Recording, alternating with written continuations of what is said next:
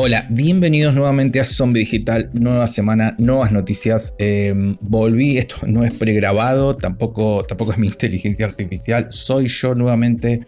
Hay mucho que contar de noticias, probablemente haga 2 videos esta semana, no estoy seguro, después veré cómo lo resuelvo. Quiero ponerme al día y para eso va a haber noticias de hace 2 semanas y otras que salieron hace poquito, así que arranquemos. Hablemos de la RAM. Sé que a nadie le interesa a esta altura la RAM, pero créeme que esto es del interés de muchos. Todos ya sabemos que la DDR5 fue el mayor fracaso de la generación DDR. Si bien todas tardaron en implementarse un poco, siempre fueron discutidas por el costo y todo eso.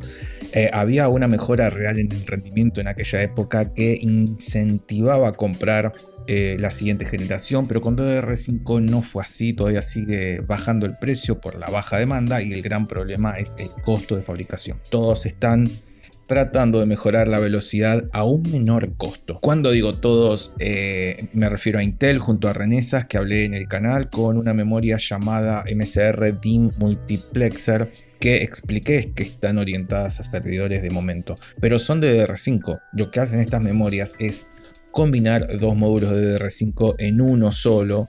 Es muy similar a lo que está haciendo AMD junto a GDEC, que hacen lo mismo con algunas diferencias internas. La idea es hacer una memoria que tenga las ventajas de HBM pero a menor costo. Por si no lo recuerdan, HBM eran las memorias usadas en las gráficas Vega de AMD, que salían muy caras por estas memorias, pero el rendimiento era muy bueno para sus características. La crítica a estas gráficas eran por su elevado precio y también algunos errores en sus drivers, pero eso es otro tema. AMD y GDEC tienen un pequeño problema que es una tontería. GDEC a esta nueva tecnología le llama MRDIMM y AMD le llama HBDIMM.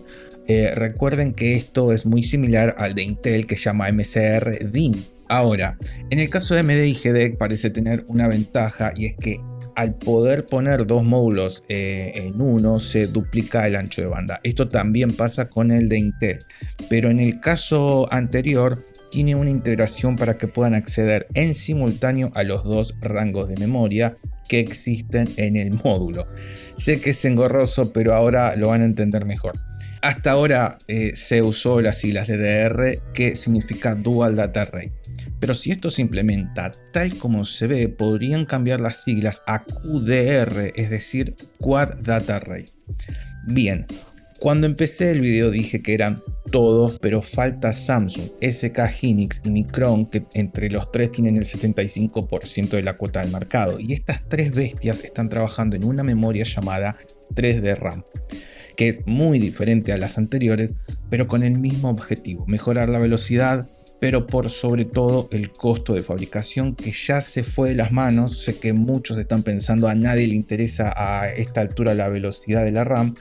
Ya está más que demostrado que no es necesario para el público general seguir empujando la velocidad en este apartado, y en gran medida opino igual, pero hace mucho que estoy viendo cómo las GPUs se usan cada vez más para otros propósitos y cada vez son más caras, porque el jugador termina pagando muchas cosas que no termina de usar o de explotar. Creo que el futuro lejano quizás es con los gráficos integrados, que cada vez tienen más relevancia. Antes pensaba que el trazado de rayos podría hacer una diferencia con respecto a esto, pero vi en una encuesta que dice que apenas el 12.1% les parece una ventaja, el 78.5% les parece una desventaja y el 9.4% les da igual. Por lo tanto, creo que para uso exclusivo de juegos, los gráficos integrados en las nuevas generaciones de CPU podrían tomar un giro bastante más importante del que todavía tienen. Evidentemente este giro tiene varios problemas. AMD lo hará, pero capando sus gráficos integrados por acuerdos con sus clientes de consolas. Intel es la opción más viable, pero todavía no termina de demostrar que puede ser un contrincante en el apartado gráfico. Siempre le fue mal con los gráficos integrados, ahora con los dedicados tampoco parece remontar, aunque hay que esperar la próxima generación que sale con grandes cambios. Como siempre digo, no queda más que esperar a ver qué va a pasar a futuro, pero creo que las condiciones ya están dadas para que los gráficos integrados brillen por sí solos. Vamos con la próxima noticia. GDDR7 será crucial para la nueva generación de GPUs. Hace 4 semanas se empezó a hablar con fuerza de GDDR7, memoria que alcanzan la velocidad de 36 gigabits. Antes de que pienses en cómo será con PAM4, que es lo que pasó con GDDR6 y 6X, la empresa Micron logra duplicar la velocidad de GDDR6 gracias a la implementación de PAM4. Bueno, ya cuentan con PAM3 y no usará PAM4 por el ruido que genera en la información según ellos, y seguramente mejore la velocidad a 50 gigabits cuando la tecnología mejore un poco más y madure, como cualquier otra memoria que nunca salen con la máxima velocidad. Y aparentemente Nvidia usaría estas memorias en sus gráficas de gama entusiasta. Se afirma que también AMD usará estas memorias, pero todavía no está muy claro del lado de AMD. Como sea, la fecha de lanzamiento parece ser para este año, aunque sabemos cómo es esto, se puede retrasar todo y esperar una nueva fecha, y bueno, es lo que hay. Vamos con la siguiente noticia. ¿Cuál es la mejor GPU para codificar video? Gran pregunta. Se hicieron unas pruebas para saber cómo rinden las 3 gráficas Intel, AMD y Nvidia. Esto lo hizo el portal Top Hardware. La primera prueba se hizo con el códec H264 con el juego Borderlands 3 a 1080. Nvidia quedó primero, Intel por detrás y AMD en último lugar. Acá en mi opinión no hay ninguna sorpresa, aunque es cierto que Nvidia se aleja más de Intel que de AMD, o sea que Intel competiría más contra AMD que contra Nvidia. Pasando con el códec H256, mismo juego y misma resolución, vemos que gana Intel seguido de Nvidia y por último AMD. Esto es tanto en rendimiento como en calidad, y nuevamente no veo ninguna sorpresa porque Intel puso mucho énfasis en el códec H265 y AB1. Por último, se hicieron pruebas en 4K y el resultado es bastante más interesante que los anteriores. En todos los códecs lidera Intel, esto sí me sorprendió un poco. En segundo lugar queda Nvidia y por último AMD. Esto hablando de la calidad. Pero cuando muestran las pruebas de rendimiento, AMD estaría por encima de todos y quedaría AMD seguido de Nvidia y por último de Intel. Así que AMD ahí rajuñando un poco el pastel. Vamos con la siguiente noticia. Hace poco se pudo ver la presentación de Unreal 5.2, que quizás no se aprecie cuáles son las mejoras, pero básicamente hablaron de la creación de mundos de manera bastante automatizada, pero quería mostrarles la demo de la presentación y lo brutal que se ven los detalles, las físicas, efectos de pintura, suciedad, detalles de la vegetación como lumen. Se ve más real que el trazado de rayos.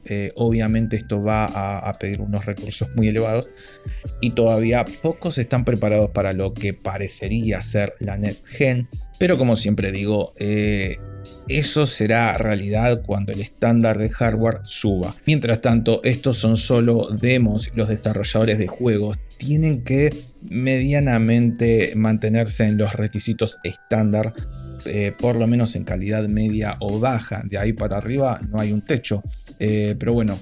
Vamos con la siguiente noticia. Igualmente las consolas limitan este tipo de avances, aunque todavía no tanto, porque el estándar de hardware en computadora es muy similar al de una consola hoy en día, quizás quitando obviamente la gráfica, pero en general a medio camino quedan desfasadas y terminan arrastrando el avance gráfico de las computadoras. No pasa con todos los juegos obviamente, pero pasa. Vamos con la siguiente noticia. El nuevo framework Laptop 16 lleva la modularidad al extremo, permitiendo actualizar hasta la tarjeta gráfica. No sé si recuerdan que hace un mes aproximadamente, o quizás un poco más, hablé de una gráfica Intel que no existía, pero China lo había hecho posible gracias a unos conectores llamados MXM.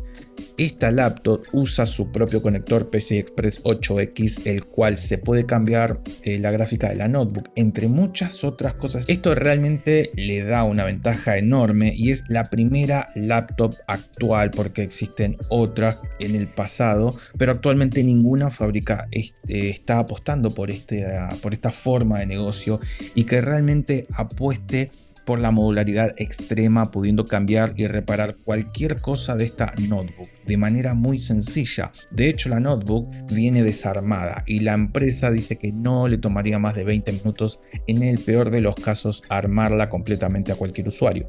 También tiene una versión armada, lo que intento decir es que no está hecha con el fin de poner obstáculos al estilo obsolescencia programada. Lo malo es que no anunciaron la gráfica compatible y es un problema porque ya existen los conectores MXM que tanto AMD y Nvidia dejaron de usar. No sé cuál es el motivo, pero parecería que tiene que ver con la obsolescencia programada. El peor inconveniente de estos son dos o quizás uno solo, y es el peor de todos. El precio tiene un valor de 979 euros y sin sistema operativo. Si querés la notebook armada y con Windows 11, el precio sería de 1200 euros. ¿Por qué doy la noticia si esto es carísimo en mi opinión? Porque lejos de hablar mal de la idea, prefiero agasajar la idea porque me gusta que más fábricas, o me gustaría que más fábricas apuesten por este modelo de negocio. Eso bajaría el precio porque existiría más competencia, y lo que yo quiero criticar es el precio, pero la idea es excelente. Vamos con el shock de noticias. AMD saca nuevos Ryzen 4300G a un precio de $110. Obviamente es un modelo para competir en la gama baja con una arquitectura antigua porque usará Zen 2. Raja Koduri abandona Intel, o eso es lo que parece, después de 5 años o 6 de trabajo para Intel, y digo parece porque por otro lado algunos movimientos hacen parecer que lo despidieron. Primero lo bajaron del puesto y después de eso no se sabe si lo echaron o renunció. Según palabras de Koduri, responsable de las gráficas de Intel, por si alguno no sabe quién es, dijo que quiere crear una startup de software de inteligencia artificial generativa. Nvidia anunció con un video un nuevo integrante llamado RTX 4000 SFF, una GPU de bajo perfil con 20 GB de VRAM, casi 20 teraflops de potencia, un consumo de apenas 70 watts y un rendimiento similar al de una 3070. Es la solución más potente para un gabinete con tamaño reducido que necesite bajo perfil en su gráfica. En videos anteriores hablé de cómo Nvidia está quitando cuota de mercado a Intel y a AMD porque actualmente se procesan más cosas con la GPU que con la CPU, y ahora Nvidia tiene una gráfica destinada a servidores con un 30% más de rendimiento que lo que AMD e Intel tienen en el mercado. El i3 o el E3 cancelado. Motivos: si vieron portales de noticias se habrán dado cuenta que la mayoría de las grandes empresas del sector confirmaban que no iban a estar. Al final la organización del evento decidió cancelar la totalidad, algo que en mi opinión se veía venir. Falleció Gordon Moore, conocido por ser uno de los fundadores de Intel y también por la famosísima ley de Moore. Fallece a los 94 años en su residencia de Hawái. Supongo que no hay nada que lamentar, no fue un accidente. Muchos deben admirar o envidiar sanamente su vida, y eso quiere decir que lamentablemente, como todos los que habitamos este planeta, cumplió su ciclo, llegó hasta los 94 años, habrá tenido sus problemas como todos, pero vivió como quería, o eso parecía desde afuera. Ahora sí, vamos con la última noticia. Windows 11 tiene una criminal caída en la adopción según la encuesta de Steam. Esto es algo que me alegró el día. Y no porque quisiera que a Windows le vaya mal o segunda, nada que ver. Me gusta bastante Windows 10, tanto como Linux, excepto por algunas cositas. Pero como sistema es muy bueno. Windows 11 me parece un desastre de sistema operativo, y el motivo que me guste que tenga una recesión es porque obligaron a los usuarios a actualizar de Windows 10 a Windows 11. Y en Steam logró una cuota del 29% en ese periodo de tiempo, mientras que también obligaba a los usuarios a usar su navegador web Edge. Esto también casualmente llegó a tener una cuota similar del 30% en ese mismo periodo de tiempo. Pero si obligas a las personas a usar un sistema que no es muy bueno en muchos aspectos, y no estoy hablando de la privacidad, que con Windows 11 y Edge cruzaron todas las líneas, sino de su mal funcionamiento. Obviamente acá puede que exista una disparidad de opiniones porque también depende mucho del hardware que tengas, pero al final la encuesta me da la razón porque se vio como en este mes bajó casi un 10% la cuota de Windows 11 y subió casi un 12% la cuota de Windows 10. Esto significa que muchos volvieron a su antiguo y confiable sistema operativo. Gracias por llegar hasta el final. Ahora sí nos vemos en el próximo video.